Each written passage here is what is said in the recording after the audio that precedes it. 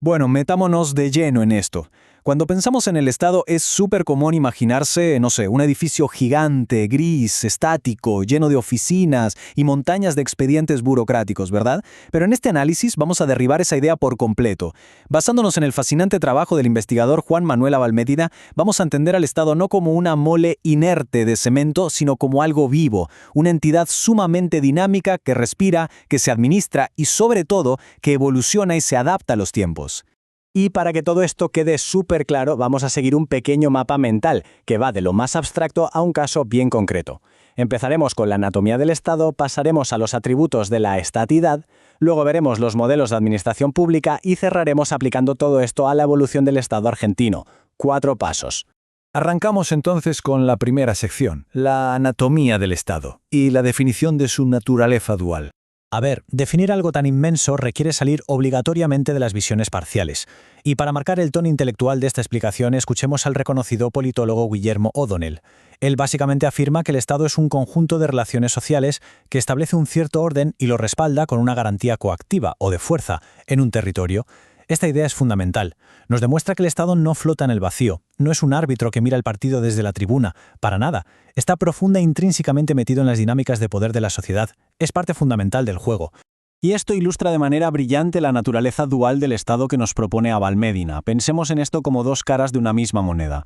Por un lado, tenemos la primera dimensión, el Estado como una relación social. Es una verdadera arena política de dominación, constantemente moldeada por luchas y demandas sociales. Pero al mismo tiempo y de forma paralela, existe la segunda dimensión, el Estado como una sólida institución burocrática. Un aparato autónomo, con un montón de agencias y reglas que tiene intereses propios completamente independientes de la sociedad. Es precisamente esta tensión constante, el ser producto de la sociedad pero a la vez un actor que la domina, lo que define la anatomía estatal. Pasamos a la sección 2, los atributos de la estatidad, o si queremos ponernos más biológicos, el verdadero ADN del Estado. Sabiendo ya qué es el Estado desde la teoría, la gran pregunta es cómo cobra vida en el mundo real. Acá es donde entra un concepto espectacular del sociólogo Oscar Oslak, la estatidad. Porque convertirse en un Estado no es algo espontáneo que ocurra de la noche a la mañana por firmar un papel. Es un proceso histórico, supergradual y a menudo lleno de conflictos. La estatidad es exactamente ese proceso por el cual un sistema de dominación va adquiriendo, poco a poco, un conjunto de propiedades superespecíficas. Es el camino mediante el cual se acumula la capacidad real de gobernar. Y esto se materializa en la práctica a través de 4 atributos indispensables.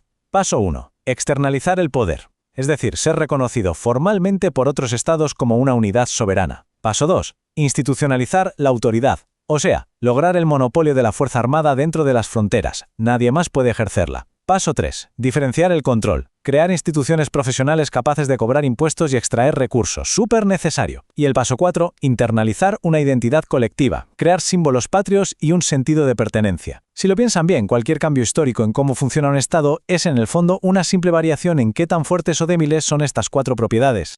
Habiendo establecido qué es el Estado, veamos cómo se administra. Sección 3. Modelos de administración pública, o podríamos decir, los sistemas operativos del Estado. A medida que nuestras sociedades se volvieron exponencialmente más complejas, el Estado tuvo que actualizar su software para no quedarse obsoleto, así que atravesó 3 enormes cambios de paradigma. Pasamos del rígido modelo burocrático de fines del siglo XIX, enfocado en reglas, al modelo de la nueva gestión pública de fines del siglo XX, centrado en lógicas de mercado, para finalmente llegar al modelo de gobernanza del siglo XXI, cuyo núcleo es la coordinación en red. En todo este trayecto, el rol de las personas pasó de ser un mero súbdito a ser considerado un cliente y hoy un colaborador activo.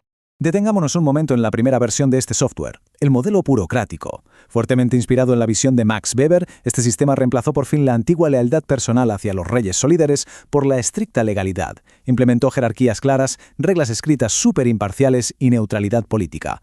En su momento esto fue absolutamente esencial para dar previsibilidad legal y apoyar la expansión del capitalismo. Sin embargo, con el paso de las décadas, su mayor virtud se volvió su peor defecto. Terminó siendo una maquinaria demasiado rígida, lenta y desconectada de las necesidades ágiles de la gente. Como respuesta directa a esa asfixiante rigidez weberiana, surgió la famosa nueva gestión pública. Este modelo tomó prestada agresivamente la lógica del sector corporativo privado. Buscó achicar el tamaño del Estado mediante privatizaciones y se enfocó en darle muchísima más autonomía a los gerentes públicos, exigiéndoles resultados concretos por encima de seguir normativas estrictas. El objetivo era la eficiencia pura. Pero, tal como documentan los textos académicos, aplicar esta lógica mercantil a los bienes públicos generó severas críticas. Especialmente en regiones como América Latina, aplicar esto en burocracias que ya eran débiles previamente derivó muchas veces en una grave fragmentación institucional. Así que el Estado se vio obligado a evolucionar nuevamente hacia un modelo contemporáneo, la gobernanza. Este moderno enfoque abandona tanto la jerarquía vertical de la vieja burocracia como la pura y fría lógica del mercado. En su lugar se centra en el trabajo en redes. Reconoce abiertamente que los problemas de hoy son tan complejos que requieren que el sector público, el privado y la sociedad civil trabajen juntos. Pero, y este es el punto crucial, aunque el Estado ya no actúa completamente solo, su rol como coordinador central de esa red es absolutamente indelegable, especialmente si queremos garantizar la equidad y la justicia social. Llegamos a la cuarta y última sección, la evolución argentina. Vamos a ver todo esto aplicado en un caso de estudio real. Ya tenemos todo el herramental teórico en la cabeza, así que es el momento perfecto para aplicar estas ideas a la fascinante historia de un país. Si observamos la línea de tiempo del Estado argentino contemporáneo, los académicos identifican 4 grandes eras estructurales. El Estado liberal consolidado hacia 1880, el Estado de bienestar surgido en 1930, el Estado neoliberal que toma fuerza desde 1976 y el Estado del siglo XXI a partir del año 2003. Y ojo, cada una de estas eras trasciende un simple cambio de gobierno. Representan desplazamientos masivos en las fronteras entre el Estado y la sociedad. Analicemos la primera gran etapa, el Estado liberal entre 1880 y 1930.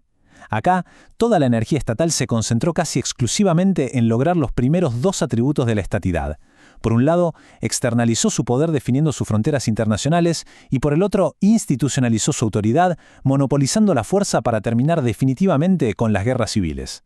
El objetivo primordial de este modelo era garantizar el orden necesario para insertar a la Argentina en el pujante mercado global agroexportador. La intervención social era deliberadamente limitada, sus fronteras de acción llegaban hasta ahí nomás. Luego llegó el histórico quiebre financiero global de 1929, que detonó la transición hacia el estado de bienestar, que predominó hasta 1976. Ante la crisis mundial, el país adoptó un modelo de industrialización por sustitución de importaciones. Y para lograrlo, el Estado tuvo que aplicar el tercer atributo de la estatidad, la diferenciación del control, a una escala sin precedentes. La burocracia explotó en tamaño, pasó a ser el proveedor absoluto de bienes públicos e internalizó de forma muy profunda una nueva identidad colectiva, centrada casi por completo en la protección del empleo y los derechos sociales. La tercera etapa histórica es el Estado neoliberal, impulsado fuertemente por el avance de la globalización. Siguiendo un nuevo paradigma centrado casi en exclusiva en el mercado, vimos una reducción dramática del tamaño y la injerencia del Estado mediante extensas privatizaciones. Estructuralmente, los análisis académicos señalan que este fue un periodo de severa erosión de la estatidad. Hubo una notoria pérdida de poder externo a causa de los altos niveles de deuda y un marcado declive en esa identidad colectiva, un proceso que eventualmente culminó en el colapso institucional y la crisis económica a fines del año 2001. Y eso nos trae una fecha de inflexión clave, el año 2003. El texto de Abalmédina utiliza este año para marcar el inicio formal de una etapa de redefinición institucional supercompleja. Es el momento exacto en que se empieza a dibujar una frontera completamente nueva entre el aparato estatal y la sociedad, buscando sanar las profundas crisis del pasado. Este estado del siglo XXI se caracteriza por el intento de recuperar esas capacidades perdidas. Busca recobrar su poder externo basándose en excedentes económicos y reinstitucionalizar su autoridad asumiendo un rol sumamente activo como mediador, por ejemplo, entre los intereses del capital y los derechos del trabajo. A nivel administrativo, la meta es modernizar los procesos burocráticos, combinándolos con esa coordinación en red propia de la gobernanza moderna. Esto ilustra perfecto lo que el sociólogo Peter Evans llama autonomía enraizada, el ideal de un Estado con equipos técnicos fuertes y autónomos para guiar el desarrollo, pero que a la vez está profundamente conectado y escucha las verdaderas necesidades de la sociedad civil. Ahora, lo verdaderamente interesante de toda esta idea que vimos hoy y la gran pregunta que nos tiene que quedar resonando es, a medida que nuestras sociedades contemporáneas se fragmentan, se globalizan y evolucionan a un ritmo tecnológico sin precedentes, ¿cuál será la próxima frontera que se dibuje entre el Estado y la sociedad? Como exploramos a fondo en este análisis, el Estado no es un monumento inerte de piedra, es un organismo vivo que respira nuestra realidad política, y sin lugar a dudas, tendrá que adaptarse y rediseñar su anatomía una vez más. Muchísimas gracias por acompañarnos en este recorrido y hasta la próxima.